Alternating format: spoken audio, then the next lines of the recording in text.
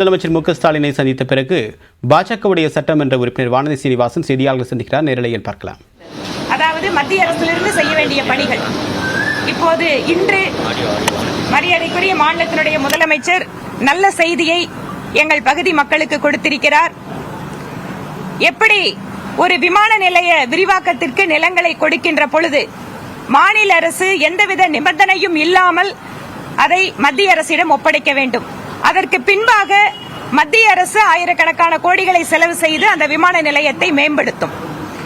இப்போது இது நாள் வரை தமிழக அரசு அந்த நிபந்தனைகளை வைத்துக் கொண்டிருந்ததை விலக்கி நாடு முழுவதும் எப்படி ஒரு மாநில அரசு விமான நிலைய விரிவாக்கத்திற்கோ அல்லது புதிதாக அமைப்பதற்கோ நிலங்களை கொடுக்கிறார்களோ அதே போல தமிழக அரசும் விமான நிலைய விரிவாக்கத்திற்காக நிலங்களை கொடுக்க தயாராக உள்ளது என்கின்ற தகவலை இன்று தெரிவித்திருக்கிறார். இது மிக நீண்ட வருடங்களாக எங்கள் பகுதியினுடைய பல்வேறு தரப்பு மக்கள், தொழில்துறையை சார்ந்தவர்கள், மாணவர்கள், சுற்றுலா பயணிகள், ஏனென்றால் நீலகிரி மாவட்டத்திற்கு வரக்கூடியவர்கள், ஈஷா மாதிரியான இடத்திற்கு வரக்கூடியவர்கள் எல்லாமே அந்த சுற்றுலாவும் இப்போது பெருகிக் கொண்டிருக்கிறது. இந்த வேளையில் இந்த ஒரு நல்ல செய்தியை, நல்ல முடிவினை எடுத்திருக்கின்ற மாநிலத்தினுடைய முதல்வர் திரு ஸ்டாலின் அவர்களுக்கும் தமிழக அரசுக்கும் இந்த நேரத்தில் எங்களுடைய நன்றிகளை தெரிவித்துக் கொள்கிறோம்.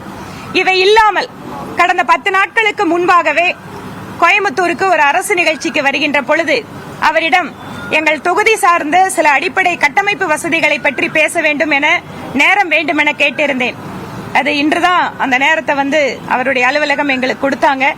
எங்களோடு கோவை பகுதியைச் சேர்ந்த எங்கள் கட்சியினுடைய மாநில துணைத் தலைவர் பேராசிரியர் கனகசபாபதி அவர்களும் மாநிலத்தினுடைய செயலாளர் திருமதி சுமதி வெங்கடேஷ் அவர்களும் 3 பேரும் இன்று அவரை சந்தித்து பேசுகின்ற பொழுது கோவை பகுதிக்கு மாஸ்டர் பிளான் அது வெறும் மாவட்டத்தை உள்ளடக்கியதாக இல்லாமல் திருப்பூர், நீலகிரி, ஈரோடு இந்த மாதிரியான மாவட்டங்களையும் இணைத்து அந்த பகுதிக்கான மாஸ்டர் பிளானாக உருவாக்கப்பட வேண்டும் என்ற கோரிக்கையும் நான் வச்சிருக்கேன். இது ஏற்கனவே அசெம்பிளியிலும் பேசியிருந்தேன்.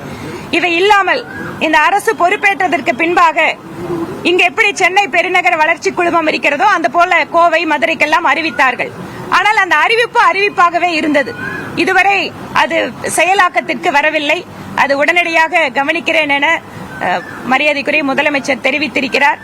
இவை இல்லாமல் என்னுடைய தொகுதியிலே, ஏனென்றால் அது நகர்ப்புற பகுதியாக இருக்கின்றதால் வாகன அடுக்கங்கள், மல்டி லெவல் கார் பார்க்கிங் அமைக்கணும். அதே போல நொய்யல் நதியிலே கார்பரேஷன்ல இருந்து கழிவுகள் சுத்தப்படுத்தப்படாமல், அதை சுத்திகரிக்காமல் அப்படியே நேரடியாக விடுகின்ற ஒரு சில இடங்களை எல்லாம் குறிப்பிட்டு இதை உடனடியாக கவனிக்க வேண்டும், நீர்நிலைகளை எல்லாம் பார்க்க வேண்டும் சொல்லியிருக்கேன். இவை இல்லாமல் குடிசை மாற்று வாரியத்தில் கட்டப்படக்கூடிய வீடுகள் காலதாமதமாகிறதால் சிஎம்சி காலனி, இந்த வெரைட்டி ஹால் ரோடு காலனி எல்லாமே லேட் ஆயிட்டு இருக்கு. அதெல்லாம் உடனடியா விரைந்து முடித்து கொடுக்கணும் அப்படிங்கிற கோரிக்கையும் அவர்கிட்ட கொடுத்திருக்கோம். அந்த கோரிக்கைகளோட மனுவை நான் என்னோட சோசியல் மீடியா ஹேண்டல்ல ஷேர் பண்றேன். நீங்க அதை எடுத்துக்கலாம். சந்திப்பு ஆக்கப்பூர்வமான முறையில் இருந்தது. என்னோட பகுதிக்காகவும் என்னை வெற்றி பெற செய்து என் மீது ஒரு பெரிய நம்பிக்கை வைத்திருக்கக்கூடிய கோவை மக்களுக்கு இதை செய்ய வேண்டும் என்கின்ற அந்த ஒரு ஆர்வத்தின் காரணமாக இதற்கான வாய்ப்பை கொடுத்த மாநிலத்தினுடைய மரியாதைக்குரிய முதல்வர் திரு ஸ்டாலின் அவர்களுக்கு எங்களுடைய நன்றிகள். தொடர்ச்சியா அரசு மீது பல்வேறு விமர்சனம் வச்ச நிலையில 3 ஆண்டு காலம் கழிச்சு திருப்பி முதலமைச்சர் நோக்கம் என்ன? திடீர்னு பாஜக திமுக இந்த ஒரு மென்மையான போக்கு கடைபிடித்த காரணம் என்ன? இது மென்மையான போக்கா, கடினமான போக்கா அப்படிங்கறத தாண்டி